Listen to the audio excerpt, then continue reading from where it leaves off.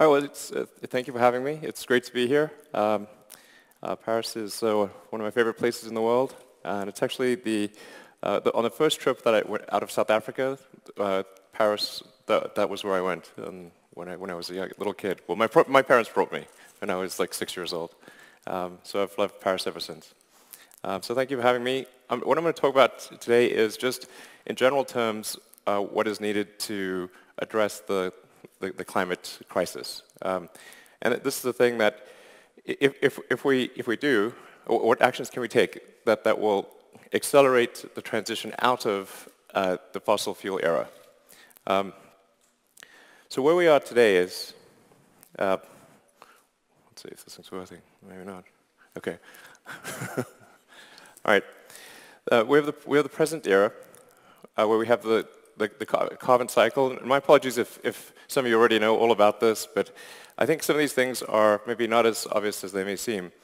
So there's a certain amount of carbon that is circulating through the environment. So it's going into the air, being absorbed by, and then getting absorbed by plants and animals, and then going back into the air. And this carbon is just circulating on the surface. And this is fine, and it's been doing that for millions, hundreds of millions of years.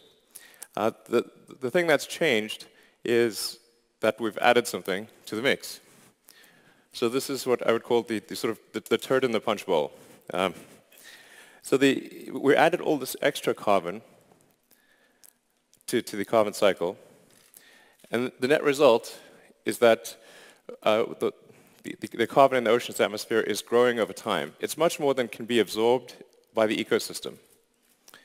It's really quite simple. We're taking billions of tons of carbon that's been buried for hundreds of millions of years and is not part of the carbon cycle, taking it from deep underground and adding it to the carbon cycle. The result is that a steady increase in the carbon in the atmosphere and in the oceans, which doesn't look like much if you look at it on this chart, but when looked at in the context of history, it actually looks like this. So the carbon parts per million has really been bouncing around the 300 level for around 10 million years. And then in the last few hundred years, it went into a vertical climb. This is the essence of the problem. This is very unusual and a very, very extreme threat, as you can see from this rate of growth. Then this is accompanied by a temperature increase, as one would expect. And this temperature increase, if people talk about 2 degrees or 3 degrees, it's important to appreciate just how sensitive the climate actually is to temperature. And it's important to look at it in terms of absolute temperature, not in degrees Celsius relative to 0. We need to say, what is the temperature change relative to absolute 0? That's how the universe thinks about temperature. It's how physics thinks about temperature. It's relative to absolute 0. So for small changes result in huge effects. So New York City under ice would be -5 degrees. New York City underwater would be +5 degrees. But looked at as a percentage relative to absolute 0, it's only a ±2% change. So the sensitivity of the climate is extremely, extremely high. We've amplified this sensitivity by building our cities right on the coastline. And most people live very close to the ocean. There are some countries, of course, that are very low-lying and would be completely underwater in a climate crisis. So we've essentially designed civilization to be super sensitive to climate change. And the important thing to appreciate is that we are going to exit the fossil fuels era. So it is inevitable that we will exit the fossil fuels era because at a certain point we will simply run out of carbon to mine and burn. So the question is really, when do we exit the era, not if? The goal is to exit the era as quickly as possible. That means we need to move from the old goal with the pre-industrial goal, which was to move from chopping down forests and killing lots of whales. The old goal was to move from chopping wood and killing whales to fossil fuels, which actually, in that context, was a good thing. But the new goal is to move to a sustainable energy future. And we want to use things like hydro, solar, wind, geothermal. Nuclear is also a good option in places like France, which aren't subject to natural disasters. And we want to use energy sources that will be good for 1 billion years.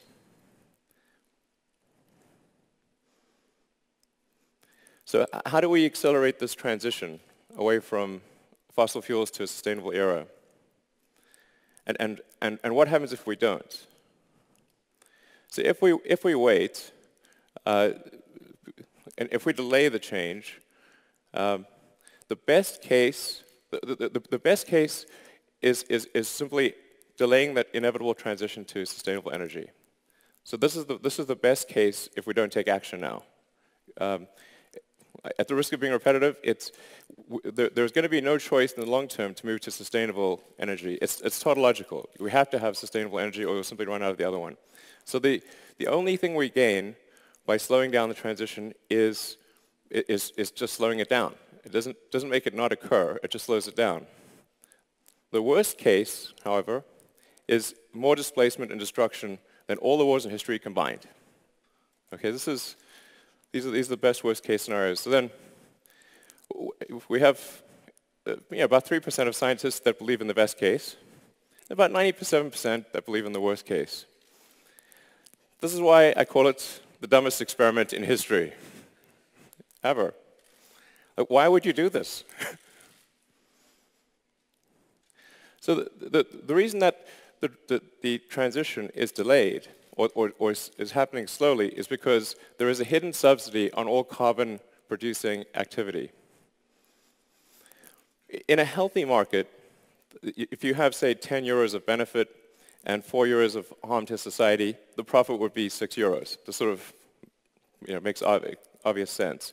This is where the incentives are aligned with a good future. This is not the case today. But if you have the incentives aligned, then the forcing function towards a good future, towards a sustainable energy future, will be powerful.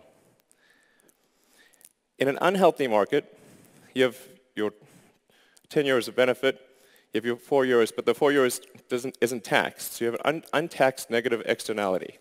This is basically economics 101. So you have basically unreasonable profit and a forcing function to do carbon-emitting activity, because this cost to society is not being paid.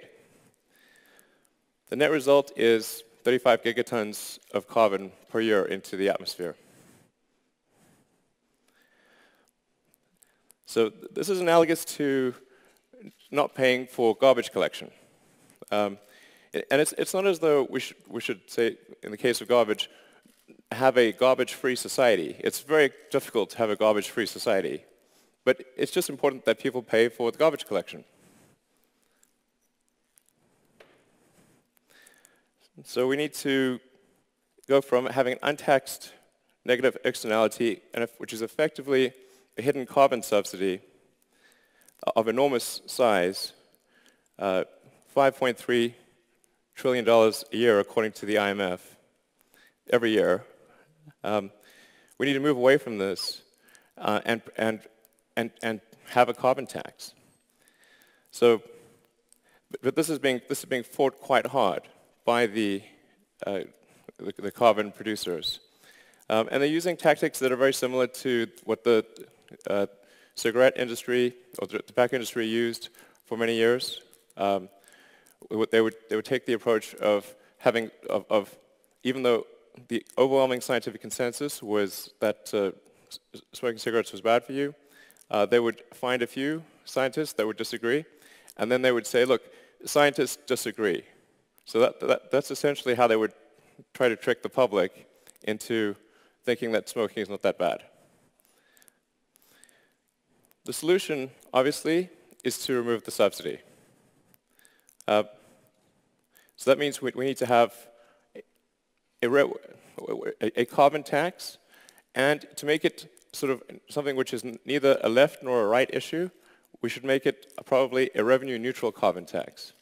So this would be a case of increasing taxes on carbon, but then reducing taxes in other places. So maybe there would be a reduction in sales tax or VAT and an increase in carbon tax. So that only those using high levels of carbon would pay an increased tax. And moreover, this, I mean, in order to give industry time to react, this could be a phased-in approach. So that maybe it takes 5 years before the carbon taxes are very high. So that means that only companies that don't take action today will suffer in 5 years. But there needs to be a clear message from government in this regard. Because the fundamental problem is the rules today incent people to create carbon. And this is madness. And whatever you incent will happen. That's why we're seeing very little effect thus far. And depending upon what action we take, we'll drive the carbon number to either extreme or moderate levels. I think it's pretty much a given that the 2 degree C increase will occur. The question is whether it's going to be much more than that, not if there will be a 2 degree increase. So then the question is, so what can you do? I would say whenever you have the opportunity, talk to your politicians, ask them to enact a carbon tax. We have to fix the unpriced externality. I would talk to your friends about it and fight the propaganda from the carbon industry. So that's the basic message I have, and I'm happy to take questions.